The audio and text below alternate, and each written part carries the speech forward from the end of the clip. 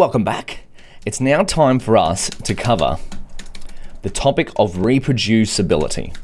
If I could even spell it, that would be fantastic. Reproducibility. Trying to take the random out of random. So we've touched upon the concept of neural networks harnessing the power of randomness. And what I mean by that is we haven't actually built our own neural network yet, but we will be doing that. And we've created tensors full of random values.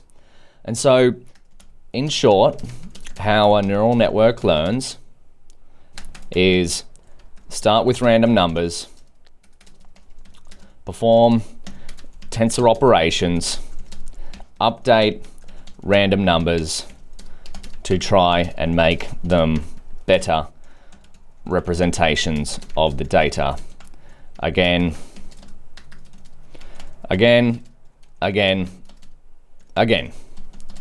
However, if you're trying to do reproducible experiments, sometimes you don't want so much randomness. And what I mean by this is if we were creating random tensors, from what we've seen so far is that every time we create a random tensor, let's create one here, torch.rand, and we'll create it of 3, 3. Every time we run this cell, it gives us new numbers. So 7752, there we go, rand again, right? So we get a whole bunch of random numbers here, every single time. But what if you were trying to share this notebook with a friend? So say you went up share and you clicked the share link and you sent that to someone and you're like, hey, try out this machine learning experiment I did. And you wanted a little less randomness because neural networks start with random numbers. How might you do that? Well, let's just write down to reduce the randomness in neural networks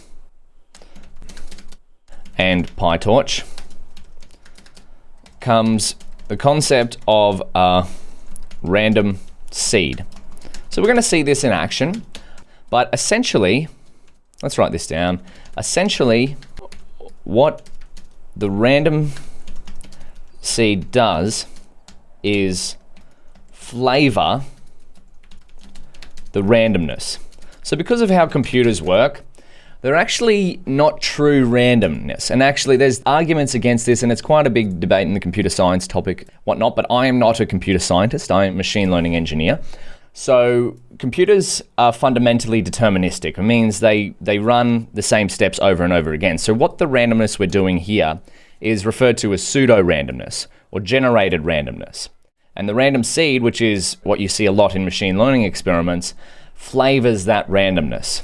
So let's see it in practice. And at the end of this video, I'll give you 2 resources that I'd recommend to learn a little bit more about the concept of pseudo-randomness and reproducibility in PyTorch. Let's start by importing Torch so you could start this notebook right from here. Create 2 random tensors. We'll just call this random tensor A equals torch.rand, and we'll go 3, 4, and we'll go random tensor B equals torch.rand, same size, 3, 4. And then if we have a look at, let's go print random tensor A, print random tensor B, and then let's print to see if they're equal anywhere. Random tensor A equals random tensor B. Now what do you think this is going to do? If we have a look at 1 equals 1, what does it return? True. So this is a comparison operator to compare 2 different tensors. We're creating 2 random tensors here. We're going to have a look at them. We'd expect them to be full of random values. Do you think any of the values in each of these random tensors is going to be equal to each other? Well, there is a chance that they are, but it's highly unlikely. I'll be quite surprised if they are. Oh, again, my connection might be a little bit... Oh, there we go. Beautiful. So we have tensor A, tensor of 3, 4, with random numbers, and we have tensor B of 3, 4 with random numbers. So if I was to share this notebook with my friend or my colleague or even you, if you ran this cell, you are going to get random numbers as well. And you have every chance of replicating one of these numbers, but again, it's highly unlikely. So again, I'm getting that automatic save failed. You might get that if your internet connection is dropping out. Maybe that's something going on with my internet connection. But again, as we've seen, usually this resolves itself if you try a few times or just keep coding. If it really doesn't resolve itself, you can go File, is there Download Notebook? Or save a copy in Drive, Download. You can download the notebook, save it to your local machine, re-upload it, so upload notebook and start again in another Google Colab instance. But there we go, it fixed itself. Wonderful. Troubleshooting on the fly.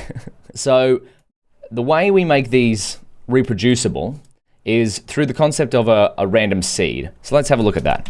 Let's make some random but reproducible tensors. So import torch, and we're going to set the random seed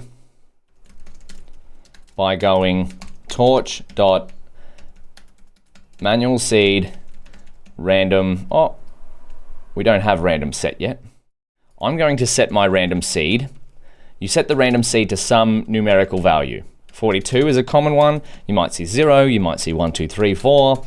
Essentially, you can set it to whatever you want. And each of these you can think of 77, 100 as different flavors of randomness. So I like to use 42 because it's the answer to the universe. And then we go random seed. And now let's create some random tensors.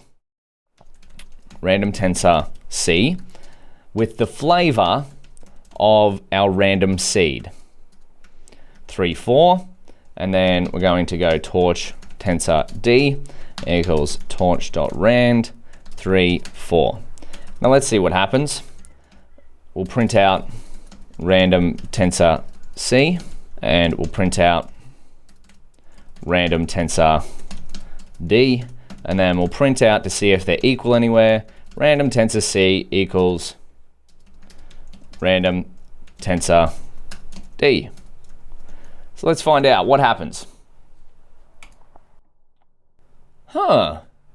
What gives?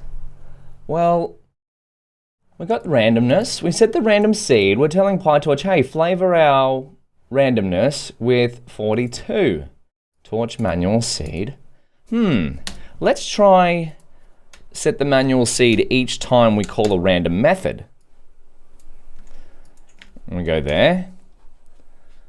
Much better. So now we've got some flavored randomness. So a thing to keep in mind is that if you want to use the torch manual seed, generally it only works for one block of code if you're using a notebook. So that's just something to keep in mind. If you're creating random tensors one after the other using assignment like this, you should use torch.manual seed every time you want to call the rand method or some sort of randomness.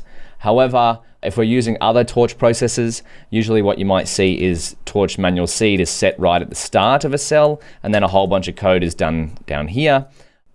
But because we're calling subsequent methods here, we have to reset the random seed. Otherwise, if we don't do this, we comment this line, it's going to flavor the randomness of torch random tensor C with torch manual seed, but then random tensor D is just going to have no flavor. It's not going to use a random seed. So we reset it there.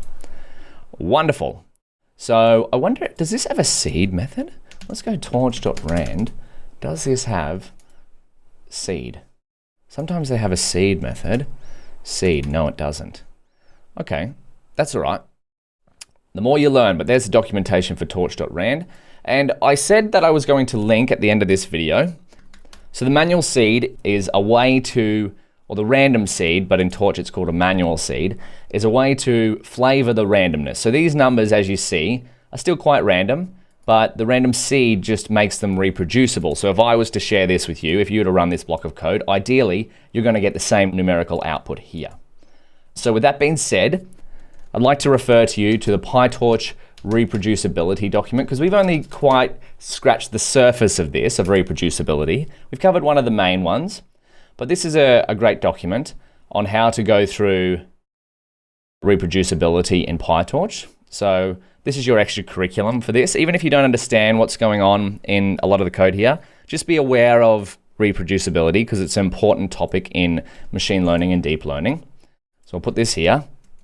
Extra resources for reproducibility. as we go PyTorch randomness. We'll change this into Markdown. And then finally, the concept of a random seed is Wikipedia random seed. So random seed's quite a universal concept, not just for PyTorch. There's a random seed in NumPy as well. So if you'd like to see what this means, yeah, initialize a pseudo-random number generator. So that's a big word, pseudo-random number generator. But if you'd like to learn about more random number generation computing and what a random seed does, is I'd refer to you to check out this documentation here. Woo! Far out. We have covered a lot, but there's a couple more topics you should really be aware of to finish off the PyTorch fundamentals. You got this. I'll see you in the next video.